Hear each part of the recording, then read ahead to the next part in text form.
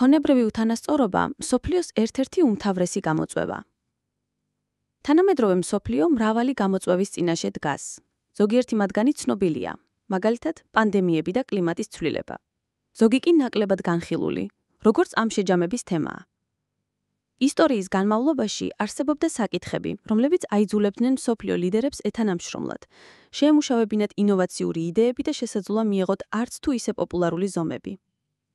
თუმცა, ქონებრივი უთანასწორობა შეიძლება იყოს მსოფლიოს წინაშე მდგარი ერთ-ერთი უდიდესი გამოწვევა. მსოფლიოში უამრავი ადამიანი სიღარიბეში ცხოვრობს, დაწყებული თვის ბოლოს თავის გატანით, დამთავრებული საკვების ან თავშესაფრის არქონით. სიმართლე კიდევ უფრო შემაშფოთებელია, როდესაც გავითვალისწინებთ ექსტრემალურ ამინდს, რომელსაც ზოგიერთი მათგანი აწყდება. იდეა, რომ მდიდრებს შეუძლიათ გვერდზე დასხდნენ და უყურონ, როგორ ღარიბდება ღარიბი, მსოფლიოში დიდი განხეთქილების საგანია. იდეალურ სამყაროში სიმდიდრე თანაბრად იქნებოდა განაწილებული, რათა არავინ დარჩენილიყო არაფრის გარეშე, მაგრამ ჩვენ არ ვცხოვრობთ სრულყოფილ სამყაროში. სიმდიდრის, ანუ ფულის განაწილების წესი დიდი ხანია ცხელი და ძალზე საკამათო თემაა. თუმცა, თომას პიკეტიმ გადაწყვიტა ფარდა აეხადა ამ რთული საკითხისთვის და მისი წარმოშობა გაერკვია, რათა მეტი გაეგო თუ რატომ არის სიმდიდრე ასე არათანაბრად განაწილებული და რა შეგვიძლია გავაკეთოთ მის გამოსასწორებლად. მრავალმა მეცნიერმა და ეკონომისტმა განიხილა ეს საკითხი. კარლ მარქსი კამათობდა ხომ არ იწვევს კერძო კაპიტალის მუშაობის წესი იმას, რომ ის სულ უფრო ცოტა ადამიანის ხელში გროვდება, ანუ მდიდრები უბრალოდ მდიდრდებიან. ბევრი ასევე მიიჩნევს ბიზნეს კონკურენციასა და ტექნოლოგიურ პროგრესს მამოძრავებელ ზალად, რომელსაც შესაძლოა შეემცირებინა ქონებრივი უთანასწორობა და კლასები უფრო დაახლოებულიყო. ამ შეჯამების განმავლობაში თქვენ გაეცნობით თომას პიკეტის ვრცელი კვლევების ძირითად დასკვნებს და შეხედავთ თუ რა გველოდება მომავალში. მემკვიდრეობითი სიმდიდრის გაბატონებიდან დაწყებული მდიდრების დაბეგვრის შესაძლებლობამდე. რა გველოდება მომავალ წლებში? ქონებრივი უთანასწორობა, მარადიული პრობლემა. შესაძლოა გაინტერესებთ, არის თუ არა ქონებრივი უთანასწორობა მსოფლიოში ახალი მოვლენა. სიმართლე ისაა, რომ ასე არ არის. ეს მთელი ისტორიის განმავლობაში ხდებოდა. თომას პიკეტიმ საუკუნეების უკან გადახედვა გადაწყვიტა და აღმოაჩინა, რომ სიმდიდრე მერყეობდა ეკონომიკური პირობების, მსოფლიო მოვლენების, როგორიცაა ომი და კლასების ჩამოყალიბების მიხედვით. მე-18 საუკუნეში ქონების განაწილება უმნიშვნელოვანესი თემა იყო როგორც ინგლისში, ისე საფრანგეთში. ამ პერიოდში ეკონომიკის ახალი პოლიტიკური სტილი ვითარდებოდა, რამაც მრავალი გაურკვევლობა გამოიწვია. იმ დროს გაურკვეველი იყო, როგორ გაყოფდა ეს საზოგადოებას ჯგუფებად, ანუ მუშათა, დაბალ და მაღალ კლასებად. ამ პერიოდში ბევრი ფიქრობდა, რომ ჭარბი მოსახლეობა იყო მთავარი პრობლემა. ამდენი ადამიანის პირობებში, როგორ განაწილდებოდა სიმდიდრე თანაბრად და სამართლიანად? თუმცა ეს შეხედულება სწრაფად უარყოფილი იქნა, რადგან დროთა განმავლობაში პრობლემა მნიშვნელოვნად გააუარესდა.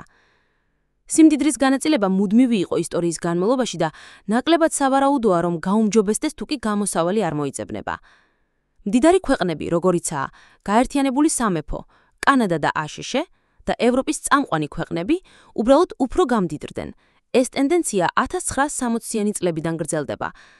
რა თქმა უნდა, ამან მხოლოდ გაამწვავა პრობლემები ღარიბ, განვითარებად ქვეყნებში.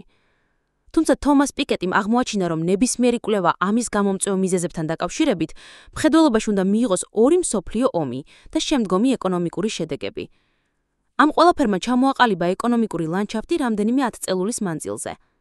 1980-იანი წლების დადგომასთან ერთად სხვა ეკონომიკური საკითხებმა, მაგალითად, მარგარეტ ტეჩერის ბრიტანეთმა მთელი ინდუსტრიები რთულ მდგომარეობაში ჩააგდო.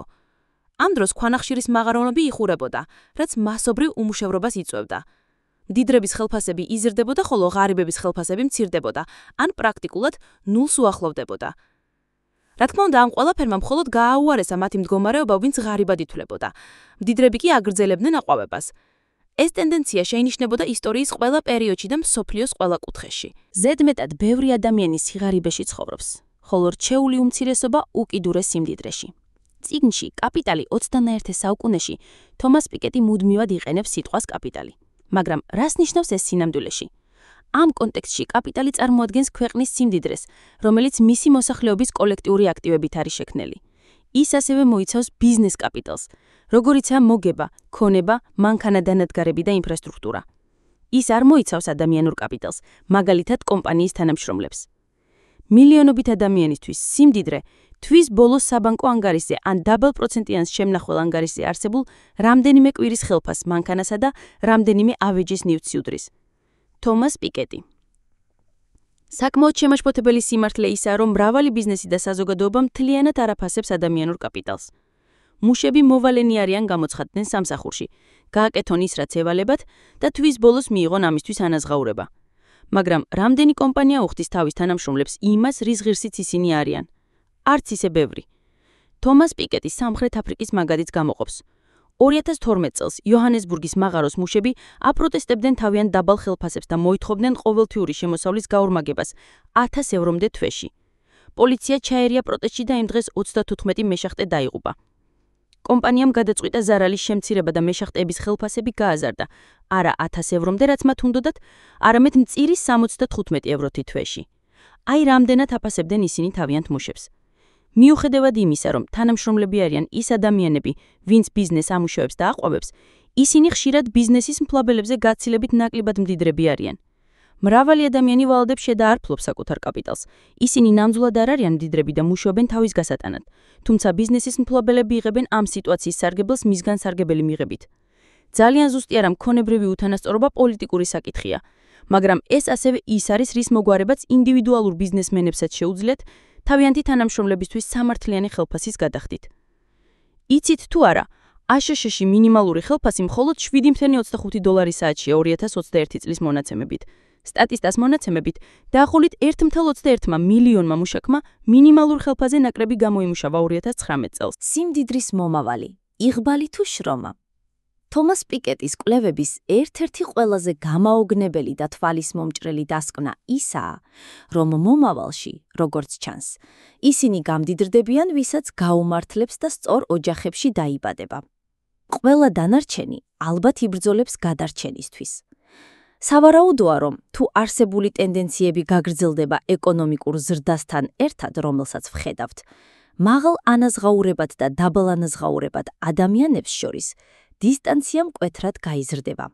თუმცა, ნამდვილი სიმდიდრის მისაღწევად ყველაფერი მემკვიდრეობაზე დაიყვანება. შემოსავალსა და სიმდიდრეს შორის კავშირი გლობალურად იზრდება და თომას პიკეტი ვერ ხედავს მტკიცებულებას, რომელიც ამ ტენდენციის შეცვლას მოასწავებს.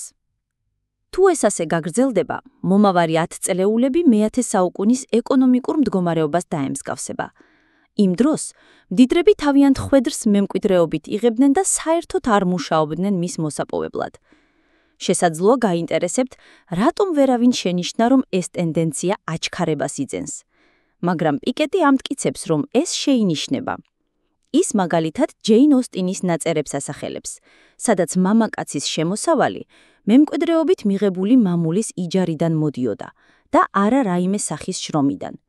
ეკონომიკის აყვავებისთვის საჭიროა აყვავებული ინდუსტრიები დიდი კონკურენციით, რათა გაყიდვები გაიზარდოს. მემკვიდრეობითი სიმდიდრე ეკონომიკურ წარმატებას არაფერს ძენს. რა თქმა უნდა, მემკვიდრეობითი სიმდიდრის იდეა არც ისე შორსაა იმ კლასობრივი სისტემისგან, რომელიც ძირითადად ვიქტორიანულ ბრიტანეთში ჩამოყალიბდა. იმ დროს ელიტა მდიდარი ოჯახებიდან იყო, სიმდიდრე კი თაობიდან თაობას გადადიოდა.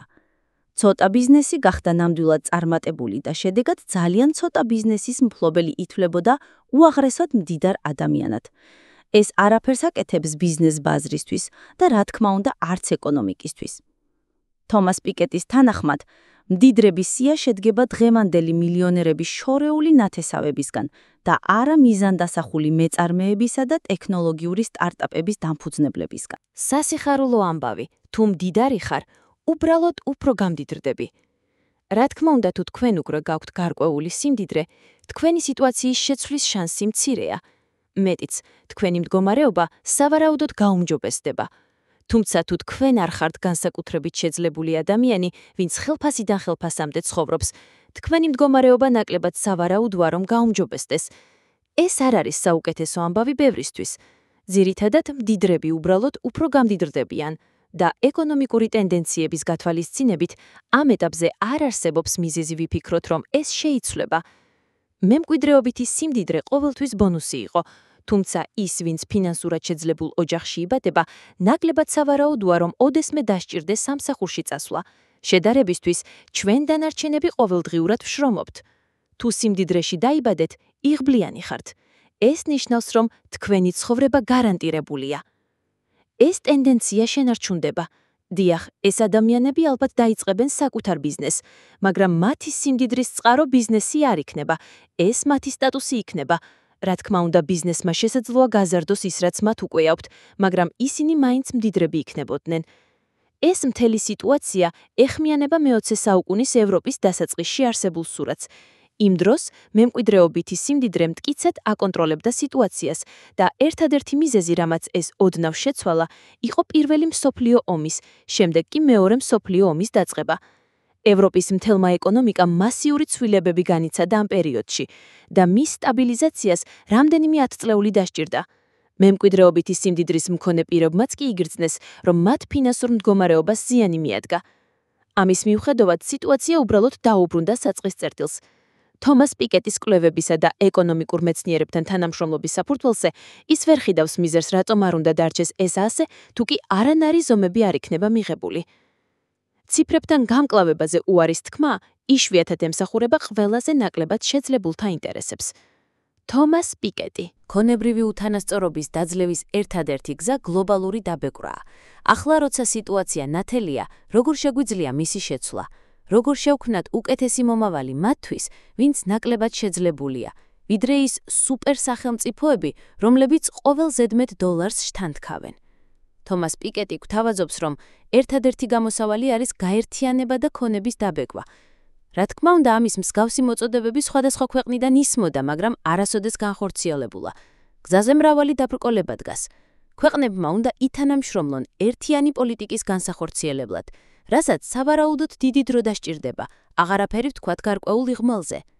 ფესვგადგმული და ხანგრძლივი პრობლემის, როგორიცაა ქონებრივი უთანასწორობა, გადაჭრა ერთ ღამეში არ მოხდება. ცვლილების თესლი ახლა უნდა დაითესოს. სიმართლე ისაა, რომ ქონების დაბეჭდა სავარაუდოდ ვერასდროს განხორციელდება, რადგან მათ, ვისაც პოლიტიკის გატარება ევალება, ალბათ თავად გახდებიან მისი მსხვერპლნი. თომას პიკეტი მიიჩნევს, რომ ეს დაბეჭდა არ უნდა იყოს დრამატული. ის შეიძლება იყოს მოკრძალებული, მაგრამ საკმარისი იმისთვის, რომ არსებითი ცვლილება მოახდინოს. პირველი ნადიჯი სუპერეკონომიკებმა უნდა გადადგან, მაგალითად აშშ-ում, გაერთიანებულმა სამეფომ და ევროკავშირმა. როდესაც ეს ეკონომიკები ცვლილებებს განახორციელებენ, სხვებიც სავარაუდოდ მიყვებიან მათ მაგალითს. ამ ტიპის პოლიტიკა აუცილებელია, რათა შეჩერდეს მდიდრების მიერ მათი სხვადასხვა საბანკო ანგარიშებზე არსებული ფულის უბრალო ზრდა. ეს ასევე ნაბიჯია, რომელიც უნდა გადაიდგას, რათა თავიდან იქნას აცილებული სიმდიდრის ქვეყნებიდან გატანა, მაგალითად ოფშორულ ანგარიშებსა და ქონებებში გადატანა. თუმცა ეს ყველაფერი შეუძლებელი იქნება, თუ მსხვილი ეკონომიკები არ გაერთიანდებიან, რათა თავიდან აიცილონ ქონებრივი უთანასწორობის კიდევ უფრო გაუარესება. ფულს მოყვება ძალაუფლება. საჭიროა ქონების დაბეჭდა, რათა სიტუაცია დაბალანსდეს და უზრუნველყოფილი იყოს, რომ თითოეული ქვეყნის ფული უბრალოდ არ ჩაედინება ერთი მდიდარი ოჯახის ჯიბეში. დასკვნა. ყოველთვის ასე იყო, რომ მდიდარი ადამიანები ძლიერები და გავლენიანები არიან, ხოლო მათ, ვისაც ნაკლები ფული აქვთ, ბრძოლა და შრომა უწევთ. რა თქმა უნდა, ეს სამართლიანი არ არის, მაგრამ ასე იყო მთელი ისტორიის განმავლობაში. ადვილია ვივარაუდოთ, რომ სიტუაცია ახლა ისეთი ცუდი არ არის, როგორც ვიქტორიანულ ეპოქაში იყო. მაგრამ ეს უბრალოდ მცდარი შეხედულებაა. თუ გადავხედავთ მსოფლიოს ზოგიერთ ზესახელმწიფო ეკონომიკას, დაინახავთ, რომ სიმდიდრის ბალანსი კვლავ მნიშვნელოვნად დარღვეულია. არსებობენ შეძლებული და გავლენიანი ოჯახები და ბიზნესმენები, მაგრამ არც ისე შორს, იმავე ქუჩაზე, ნახავთ ოჯახებს, რომლებსაც ყოველთვიურად ქირის დადახდა უჭირთ და იმაზე ნერვიულობენ, როგორ დადებენ სუფრაზე საჭმელს. განვითარებად ქვეყნებშიც კი პრობლემა იგივეა. ამ რეგიონებში დიდი სხვაობაა მდიდრებსა და ღარიბებს შორის. ნახავთ ლიდერებს უზარმაზარ სასახლეებით, ზოგიერთი მათგანი ოქროთიც კი არის მოპირკეთებული და ყველა სიმდიდრით, რაც კი შეიძლება გინდოდეს, თუმცა მათი მოქალაქეების უმეტესობა არამხოლოდ საარსებო მინიმუმზეა, არამედ მის ქვემოთაც. ქონებრივი უთანასწორობა არ არის პრობლემა, რომელიც სწრაფად მოგვარდება. მისი მოგვარება ერთ ქვეყანასაც არ შეუძლია. როგორც თომას პიკეტი ასკვნის, მსოფლიო უნდა გაერთიონდეს ამ პრობლემის ერთხელ და სამუდამოდ მოსაგვარებლად. ეს არ ნიშნავს, რომ სიმდიდრე აღარ იარსებებს და მდიდარი ოჯახები აღარ იქნებიან, რადგან ეს უბრალოდ არარეალურია. თუმცა ქონების სამართლიანი დაბეგრვა ნიშნავს, რომ ბალანსი გაცილებით ნაკლებად იქნება დარღვეული. ეს გადასახადების შემდეგ ისევ ეკონომიკაში ჩაიდება, რათა დავეხმაროთ მათ, ვისაც ნაკლები აქვს.